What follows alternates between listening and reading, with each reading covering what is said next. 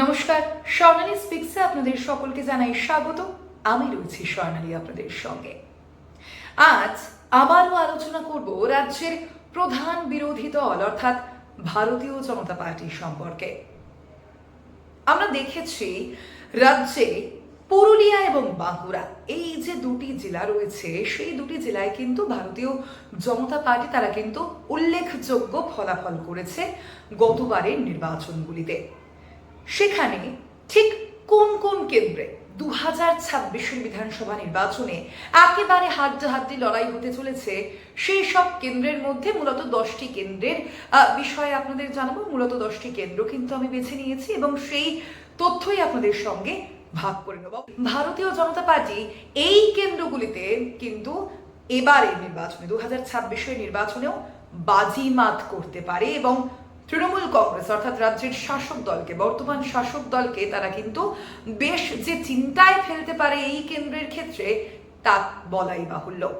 কোন কোন সেই কেন্দ্র অবশ্যই সেই আলোচনায় আসবো, তবে তার আগে আপনাদের কাছে আমার এক অনুরোধ রাখবো। আমার চ্যানেল অর্থাৎ স্বর্ণালী স্পিক্সকে যদি আপনাদের ভালো লাগে, আমার এই তথ্যনিষ্ঠ আলোচনা যদি আপনাদের ভালো লাগে, তাহলে আমার চ্যানেল অর্থাৎ স্বর্ণালী স্পিক্সকে সাবস্ক্রাইব করুন, বেল আইকনে ক্লিক করবেন এবং একই সঙ্গে লাইক, কমেন্ট এবং শেয়ারও কিন্তু চাই একই সঙ্গে। আলোচনায় চলে আসা যাক।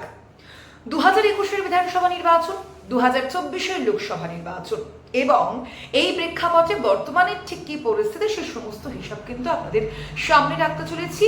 প্লাস এক্সট্রা যদি অতিরিক্ত কিছু তথ্য আপনাদের দিই, অবশ্যই নিশ্চয়ই আপনারা মানা করবেন না, সেটা থাকবে এসআইআর অর্থাৎ স্পেশাল ইন্টেন্সিভ রিভিশন, যেটা নিয়ে বিজেপি বারংবার বলে যে তৃণমূল কংগ্রেস চাপে পড়বে। এই সব কেন্দ্র যেগুলি রয়েছে, সেই কেন্দ্রে কি তবে তৃণমূল কংগ্রেস আরো চাপে পড়তে পারে, নাকি চাপটা উল্টে বিজেপির দিকে আসবে, তা তো সময় বলবে। তৃণমূল কংগ্রেস অন্তত এরকমটাই বলছে যে বৈধ নাগরিক যারা বাদ গিয়েছেন তাদের ভোট কিন্তু এবার পড়বে না, তাদের ক্ষোভ গিয়ে বরং আছড়ে পড়বে ভারতীয় জনতা পার্টির ভোট ব্যাংকে। আলোচনায় চলে আসবো সরাসরি। বাঁকুড়া যে জেলা, সেখানের প্রথম যে কেন্দ্র আমার চোখে মনে হয়েছে যে সেটা যথেষ্টই গুরুত্বপূর্ণ, তা অবশ্যই বাঁকুড়া কেন্দ্রই। এই কেন্দ্রে 2021 ভীষণ কম ব্যবধানে জয়ী হয়েছিলেন ভারতীয় জনতা পার্টি। কত সেই ব্যবধান? মাত্র 1468 ভোটে জয়ী হয়েছিলেন বিজেপির নীলাদ্রি শেখর দানা। সেই যে কেন্দ্র, সেখানে পরবর্তীতে অর্থাৎ লোকসভা নির্বাচনে আমরা দেখেছি 16,312 ভোটে কিন্তু এগিয়েছিল ভারতীয় জনতা পার্টি। খুব স্বাভাবিকভাবেই এই কেন্দ্র যে ভারতীয় জনতা পার্টি 2026-এও প্রায় পকেটে পড়তে চলেছে, তা কিন্তু মনে করছে বিশেষজ্ঞ মহল। এই কেন্দ্রে প্রার্থী করেছে তৃণমূল কংগ্রেস ডক্টর অনুপ মণ্ডলকে, আর নীলাদ্রি শেখর দানাকে কিন্তু এবারও ভারতীয় জনতা পার্টি ভরসা করেছে। পরের কেন্দ্র বড়জোড়ায় মাত্র 3,269 ভোটে তৃণমূল কংগ্রেস তারা জয়ী হয়েছিল 2021 নির্বাচনে। সেখানে লোকসভার ক্ষেত্রে কিন্তু জিনিসটা পাল্টে যায়, হিসাব কিন্তু অনেকটাই পাল্টে যায়। কি সেই হিসাব? 14,038 ভোটে ভারতীয় জনতা পার্টির প্রার্থী কিন্তু এগিয়েছিল তৃণমূল কংগ্রেসের প্রার্থীর থেকে এই বড়জোড়া কেন্দ্র। এখানে নাম বাদ গিয়েছে 13,017 জনের নাম। এই এসআইআর এর নাম বাদ যাওয়া ভোটারদের প্রভাব কার দিকে পড়বে? তৃণমূল নাকি ভারতীয় জনতা পার্টি? নজর থাকবে সেদিকে। পরবর্তী কেন্দ্র অর্থাৎ ওন্দা, এই কেন্দ্রে 11,551 ভোটে ভারতীয় জনতা পার্টি জয়ী হয়েছিল 2021 এবং লোকসভাতেও কিন্তু আমরা দেখেছি বেশ ভালোই ফল করেছিল ভারতীয় জনতা পার্টি এবং এই কেন্দ্রে যদিও 5,940 ভোটে এগিয়েছিল ভারতীয় জনতা পার্টি। পরবর্তী কেন্দ্র বিষ্ণুপুর কেন্দ্রে ভারতীয় জনতা পার্টি তারা কিন্তু 11,133 ভোটে এগিয়েছিল বিধানসভা নির্বাচনে, আর এই কেন্দ্রে ভারতীয় জনতা পার্টি 15,042 ভোটে এগিয়েছিল লোকসভা নির্বাচনে। অর্থাৎ বুঝতেই পারছেন, এই যে কেন্দ্রগুলি বললাম তার মধ্যে বিষ্ণুপুর, ওন্দা এবং বাঁকুড়া, এই তিনটি কেন্দ্রেই কিন্তু 2021 বিধানসভা নির্বাচন এবং 2024 লোকসভা নির্বাচনে ভারতীয় জনতা পার্টি যথেষ্টই ভালো ফল করেছে। সে কারণেই রাজনৈতিক বিশ্লেষকদের একাংশ বলছেন এই চারটে কেন্দ্রে খুব বেশিভাবেই ভারতীয় জনতা পার্টি কিন্তু এগিয়ে রয়েছে। পরবর্তীতে পুরুলিয়ার কথায় যদি আসি একবার, পুরুলিয়ার কিন্তু একাধিক কেন্দ্র রয়েছে অবশ্যই, এবং সেখানে কিন্তু তিনটি কেন্দ্র আমি বেছে আপনাদের বলবো যেখানে কিন্তু একেবারে হাড্ডাহাড্ডি লড়াই দেখতে চলেছি আমরা এবারে 2026 নির্বাচনে। কেন হাড্ডাহাড্ডি লড়াই দেখতে চলেছি সেটাও আপনাদের জানাবো, তবে তার আগে জানাবো যে অন্যান্য যে কেন্দ্রের কথা, অর্থাৎ পুরুলিয়ার যে বিশেষ বিশেষ কেন্দ্রে যেখানে তৃণমূল এবং বিজেপির কি অবস্থান রয়েছে গতবারের নির্বাচনগুলিতে। পুরুলিয়ার বাঘমুন্ডি যে কেন্দ্র রয়েছে সেখানে তৃণমূল কংগ্রেস তারা 2021 বিধানসভা নির্বাচনে 13,735 ভোটে এগিয়েছিল, অথচ ভারতীয় জনতা পার্টি দেখা গিয়েছে লোকসভা নির্বাচনে 11,240 ভোটে এগিয়েছিল। বুঝতেই পারছেন অনেকটাই তারা কিন্তু ওভারকাম করে এসেছিল লোকসভা নির্বাচনে। আরো একবার আপনাদের জানাবো যে আমরা জানি বিধানসভা নির্বাচন এবং লোকসভা নির্বাচন মূলত দুই নির্বাচনের ক্ষেত্রেই কিন্তু একাধিক রাজনৈতিক সমীকরণ পাল্টে যায়, ভিন্ন হয়ে থাকে, পরিবর্তিত হয়ে থাকে। তবু তথ্য যেগুলো বলছে, তথ্য যে পরিসংখ্যান যা বলছে সেই পরিসংখ্যান আপনাদের সামনে তুলে ধরছে। অবশ্যই এই পরিসংখ্যানে কিন্তু বোঝা যাচ্ছে যে বিধানসভা নির্বাচন 2021 থেকে 2024 ভারতীয় জনতা পার্টি কিন্তু বেশ কিছু ক্ষেত্রে তৃণমূল কংগ্রেসের থেকে কিছুটা হলেও এগিয়ে গিয়েছিল। অবশ্যই এবারের বিধানসভা নির্বাচনে তার প্রভাব কিন্তু পড়বে। পরবর্তী কেন্দ্র অর্থাৎ পুরুলিয়া, সেখানে কিন্তু বাঁকুড়ার মতোই, বাঁকুড়ার 3 কেন্দ্রের মতোই আমরা দেখেছি ভারতীয় জনতা পার্টি তারা 6,585 ভোটে এগিয়েছিল। পরবর্তী কেন্দ্র অর্থাৎ পাড়া, এখানেও কিন্তু বিজেপি অর্থাৎ ভারতীয় জনতা পার্টি তারা বিধানসভা কেন্দ্রেও, বিধানসভা নির্বাচনেও এবং লোকসভা নির্বাচনেও কিন্তু আমরা দেখেছি বেশ ভালো ব্যবধানেই এগিয়েছিল তৃণমূল কংগ্রেসের থেকে। এবার যে 3টি কেন্দ্রের কথা আপনাদের জানাবো একেবারে হাই ভোল্টেজ কেন্দ্র কিন্তু আমার মনে হয়েছে। কারণ কি? কারণ একটাই যে এই কেন্দ্রগুলিতে হাড্ডাহাড্ডি লড়াই দেখতে চলেছি বলে আমার কিন্তু মনে হয়। কোন কোন কেন্দ্র সেগুলি জানাবো আপনাদের।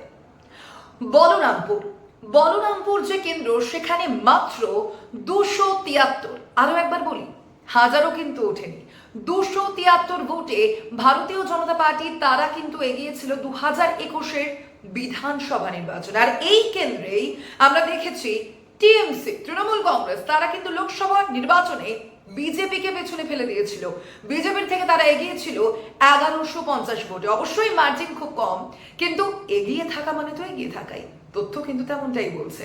এই কেন্দ্রে এবার কিন্তু হাড্ডাহাড্ডি লড়াই হতে চলেছে। কাদের মধ্যে সেই লড়াই হতে চলেছে?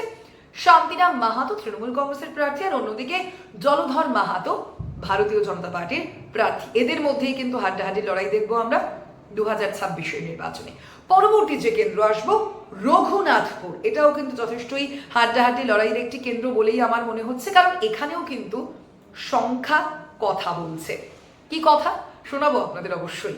5,323 ভোটে ভারতীয় জনতা পার্টি তারা 2021 নির্বাচনে এগিয়েছিল টিএমসির থেকে, কিন্তু 2024 লোকসভা নির্বাচনে তাই সেই হিসাব কিন্তু পাল্টে যায়।